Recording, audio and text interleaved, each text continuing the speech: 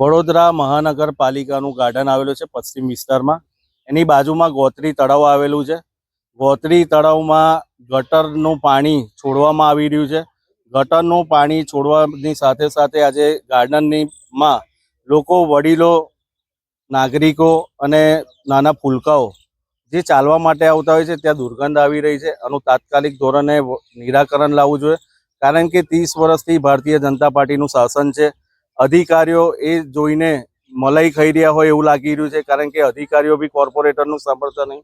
નડિયાદથી તળિયા સુધી ભારતીય જનતા પાર્ટીનું શાસન છે. તો આ બધું જોવાનું રહ્યું એ કે ભાઈ પબ્લિકને, નાના ફૂલકા બાળકોને તકલીફ ના પડે. અને જ્યારે સાંજ પડે છે ત્યારે મચ્છરનો ઉપદ્રવ એટલો હોય છે કે લોકોના ઘરમાં ઘૂસી જાય છે અને લોકો બીમારીમાં જઈ રહ્યા છે. તો આનું તાત્કાલિક ધોરણે આનું નિરાકરણ લાવવું જોઈએ. અને જે બ્યુટિફિકેશનના નામે જે કરોડો રૂપિયા ખર્ચાઈ રહ્યા છે એ પ્રમાણે કામગીરી થવી જોઈએ. આ જોઈ રહ્યા છો કે આ તળાવની દુર્દશા એટલી ખરાબ છે કે લોકોને અહીંયા ચાલવું બી મુશ્કેલ પડી રહ્યું છે. આનું તાત્કાલિક ધોરણે આનું નિરાકરણ લાવવું જોઈએ. હાર્દિક આમોદિયા, વોર્ડ નંબર 10, કોંગ્રેસ પ્રમુખ.